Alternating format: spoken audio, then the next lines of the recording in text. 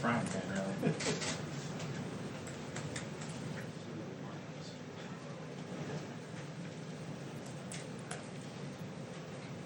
you grow up, were you in the protein business or? Dairy business. First I worked on dairy.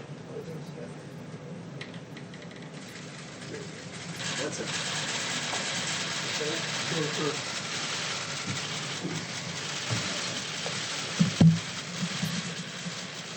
Thank you.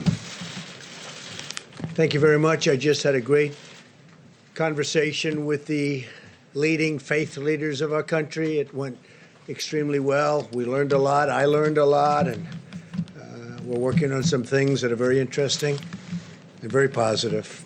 I thank them all for being on the call. And yesterday, we unveiled detailed guidelines for America's governors to initiate a phased, safe, and gradual reopening of America. That's what's happening. The guidelines provide governors with the fact-driven and science-based metrics they will need to make the decisions that are right for their own particular state. To view the guidelines, you can go to the website at whitehouse.gov/openingamerica. So that's whitehouse.gov/openingamerica. Treasury has sent out economic relief payments to more than 80 million Americans who have their direct deposit information on the IRS, and an incredible success it has been. If you have not received your check, please visit irs.gov, get my payment. How about that one? irs.gov, get my payment. That way the IRS can get you your payment in days, and they've done a fantastic job, I have to say. I have some very good news. We sent out 80 million deposits, and less than 1% had even little problems. A couple had minor glitches, but it's substantially less than 1%. So out of 80 million deposits, less than 1%, and that gets corrected immediately. So just please do as I say. You'll get that very quickly, very easily. Today I'm also announcing that Secretary Perdue, who happens to be right next to me, handsome man, and the Department of Agriculture will be implementing a $19 billion relief program for our great farmers and ranchers as they cope with the fallout of the global pandemic. Very honored to be doing this. Our farmers, ranchers, we have, these are great people, great Americans. Never complain, never complain. They just do. The program will include direct payments to farmers as well as mass purchases of dairy, meat, and agricultural produce to get that food to the people in need. The USDA will receive another $14 billion in July that will have funding to continue helping, and this will help our farmers and our ranchers, and it's money well deserved. So not only were they targeted at one point by China, and that was over a period of time, and you saw that happening, and they never complained, but that worked out very well. $12 billion they got, and $16 billion they got, and now it's $19 billion. And I'm just going to ask Secretary Perdue to explain exactly how we're going to handle it. Thank you. Well, Mr. President, you may remember earlier this year, you tweeted a message to our farmers and ranchers that no matter the circumstances, you pledged to stand behind them. And while none of us could ever have anticipated this type of pandemic that we're currently in, I think today's announcement is proof that you have our farmers' backs and that you will continue to do what it takes to support them, and they are very grateful. We've heard a lot recently, all of you, about our food supply. Wholesome food that our families depend upon, and starts with America's farmers and ranchers. Agriculture has been hard hit like most of America with the coronavirus, and President Trump is standing with our farmers and all Americans to make sure we all get through this national emergency. So today, thanks to your direction and leadership, Mr. President, USDA is announcing the Coronavirus Food Assistance Program. As you mentioned, this new $19 ranchers, and consumers in response to the COVID-19 national emergency. The program is really divided into two parts. One is a direct payment, $16 billion in direct payments to farmers, ranchers, and producers who've experienced unprecedented losses during this pandemic. Since we wanted to get the payments out to producers as quickly as possible, we decided to use the funds in the CCC, the current funds of $6.5 billion, combined with the 19.5 of COVID money, rather than wait for the replenishment of the CCC funds in July. Based on industry estimates of damage, Mr. President, it is becoming apparent that we'll need the additional CCC funds as we continue to track the economic losses. Secondly, and this is really important as well, the USDA will be purchasing $3 billion in fresh produce, dairy, and meat products to be distributed to Americans in need through our food bank networks, as well as other community and faith-based organizations. Having to dump milk or plow under vegetables ready to market is not only financially distressing, but it's heartbreaking as well to those who produce them. This program will not only provide direct financial relief to our farmers and ranchers, Mr. President, but will allow for the purchase and distribution of our agricultural abundance in this country to help our fellow Americans in need. So in recent weeks, we've seen, all of us have seen, the heroic patriotism of our food supply of fellow Americans. Our farmers have been in the fields planting and doing what they do every spring to feed the American people, even with the pandemic as we speak. I want to thank you, Mr. President, for your unwavering support. They want to thank you for your unwavering support for America's farmers and ranchers. And I want to commit to you, Mr. President, and to the American people that USDA will do everything in our power to implement this program as quickly and as efficiently as possible to help our farmers, ranchers, producers, and consumers during this great time of need. So thank you very much for having me here today. And God bless you, God bless America, God bless American agriculture. Thank you very much. Thank you, Sonny. So our great Secretary of Agriculture was the governor of Georgia for 8 years, and the only reason he isn't still there, frankly, is that he was term limited. And I said, let's get him for agriculture. You've done a fantastic job. We want to thank you very much. 8 years at Georgia. We really appreciate it. Great job. Even as we prepare to rebuild our economy, America continues to wage an all-out medical war to defeat the invisible enemy. To date, we have conducted more than 3.78 million coronavirus tests, by far the most of any country. It's not even close. In the hardest hit areas such as New York and Louisiana, we've also tested more people per capita than South Korea, Singapore, and every other country. The United States has the most robust, advanced, and accurate testing system anywhere in the world. As of yesterday, we have distributed nearly 660,000 Abbott IDs. Now, that's an incredible test, and it's fantastic. It's the hot one. Problem with this business is it's a hot one till about 2 days from now, because we do have a saliva test that just came out, and that can be self-administered, and it's said to be fantastic. I want to thank Abbott Laboratories. They have been incredible. I want to thank Roche. They've likewise been incredible. Over the last several days, we've seen a dramatic increase in the number of tests conducted by hospitals and academic institutions, which have now performed nearly 600,000 tests. There's a tremendous amount of unused capacity in the states available for governors to tap. We have tremendous unused capability within those laboratories, and I hope the governors are going to be able to use them. The governors are responsible for testing, and I hope they're going to be able to use this tremendous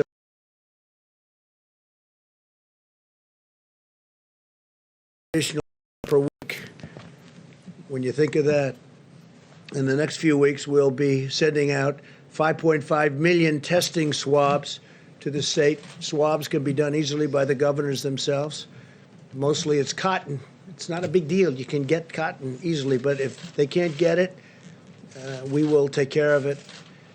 Yesterday, the FDA announced a new collaboration with United Health Group. the Gates Foundation, Quantigen, and U.S. Cotton to greatly expand the supply of essential swabs, including a new polyester Q-tip type swab for the coronavirus testing. All of these actions will help our testing capability continue to grow dramatically. So we're helping people even with swabs. We get ventilators. We're now the king of ventilators. We have hundreds of thousands under construction. We don't need them ourselves. The governors are in great shape. If we do, we have a great stockpile that we'll immediately send to the state in need. But we've handled that situation incredibly well. I hope people understand it. I wish the media would get the word out. What we've done in ventilators is amazing because they're big, expensive, and highly complex. We're speaking to other countries. I spoke to President of Mexico today, a great gentleman, and I told him that we are going to be helping him out with ventilators, helping Mexico out, and we'll be helping some other countries too. We have a lot of very high-level, high-quality ventilators, and they're here, and they're also being manufactured as we speak. Following the announcement of our reopening guidelines, there have been some very partisan voices in the media and politics who have spread false and misleading information about our testing capacity. It's totally false and misleading, demonstrating a complete failure to understand the enormous scope of the testing capabilities that we've brought online. And we started really from ground zero. We started from really being very, very outdated and obsolete as a country from the past. And I will say this, if they didn't understand it, it's just really, unfortunately, I hate to say this because we've been getting along very well, but it would be false reporting because they understand the capability. And it's going to be up to the states to use that capability. The states have local points where they can go. A governor can call the mayors, and the mayors can call representatives, and everybody. Everything is perfect. And that's the way it should work and always should work. We'll help New York and all of the other states get even better on their testing. We have to get even better. And some people think a little bit differently. There are areas where you have vast amounts of area where you have very few people and almost no people are infected. And those places will be looked upon differently by different governors. And I think you're going to have a lot of news coming out about that over the next few days. I think certain states are going to come online, and they're going to start the early stages of the puzzle that we're putting together. And it's going to be together sooner rather than later. A lot of really incredible things are happening. And at some point in the not too distant future, we're going to have our country back. And it's going to be, I think, really with what we're doing on stimulus and helping people keep their businesses together and their lives together and their jobs, it's going to be better than ever before. I hope so. I really do. The current conversation is reminiscent of what happened on ventilators. You remember that when requests were made far beyond what was objectively needed. We were hearing from a certain state, and we were hearing from a lot that they needed far more ventilators. In one case, they wanted 40,000 ventilators, 40,000. It turned out that they had plenty, and they had a number of about 7,000 or 8,000, and that was plenty. We supplied them with a lot, but that was the right number. We got it just about right. And if they did need more, we're ready to give more. But I think the surge seems to be over. And there are a lot of governors just doing a great job, and they're working with us, but we're all working together. The research and development that we've done at the federal level has been absolutely incredible. The media will be accepting of these figures when they get to see the end result. I think they're going to see it, and I think they're already seeing it. That includes not only ventilators, but beds. We built, in most cases, far more than they even needed. But we wanted to err on the side of caution. This is what the governors wanted. They wanted a certain amount in Louisiana. I spoke with the governor, had a long talk with him, and I said, "Do you think you'll need that final hospital?" And they actually didn't need it. We built a lot of beds, so I appreciate it from the governor. New York, I think just a spectacular job at the Javits Center. And even sending the ship up became We brought it into COVID, but they didn't really need it. Supposed to be, we changed it into that purpose, and it was there, ready, willing, and able. Same with Javits, but they didn't quite need the rooms that the beds that we produced. So we produced almost 2,900 beds, and I think I'd rather tell you that we were over-prepared than we were under-prepared. And that was a good faith effort by New York, I have to say that. A very good faith effort, but it's nice that we didn't need that instead of needing it. It was not very occupied, but it was ready to go. Still there should something happen, but I think they have it under very good control. As you'll hear from our experts today, we've already built sufficient testing capacity nationwide for states to begin their reopenings. And I think you'll be hearing a lot about reopenings in the coming weeks and months. Most excitingly, in the coming weeks, I think you're going to see some very, very dramatic steps taken, and very safely. We're putting safety first. We may be opening, but we're putting safety first. And when you look at the numbers, when you look at the possible number of deaths at 2.2 million people, and it could have very well been that. It could have been more, frankly.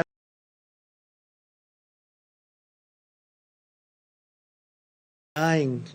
If you figure we lost 500,000, maybe 600,000 in the Civil War, 2.2 million people. A minimum, if we did nothing, would have been 1.6. If you cut that in half, you're talking about 800,000, 900,000, a million people dying. But we did a lot of work, and the people of this country were incredible, I have to say. And I think we're heading to the other category, and that would be if we did work and if it was successful. They had between 100,000 and 220,000 to 240,000 on the upside.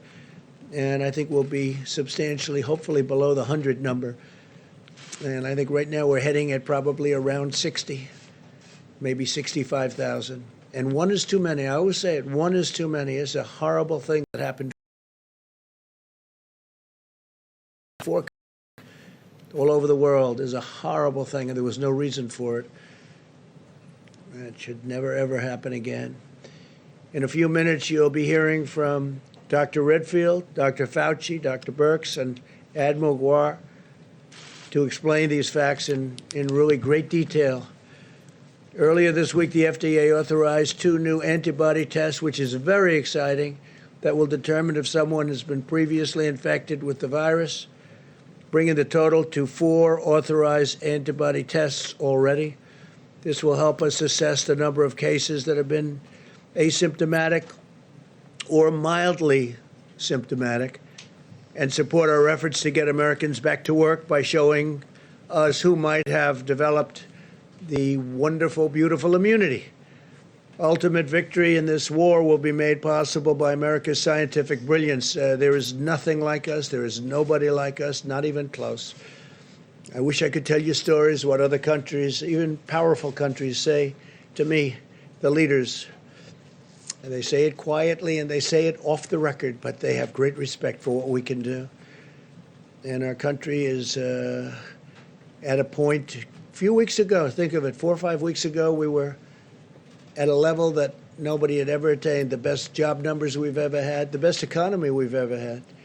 Every company virtually was doing better business than ever before. The stock market was at all-time highs.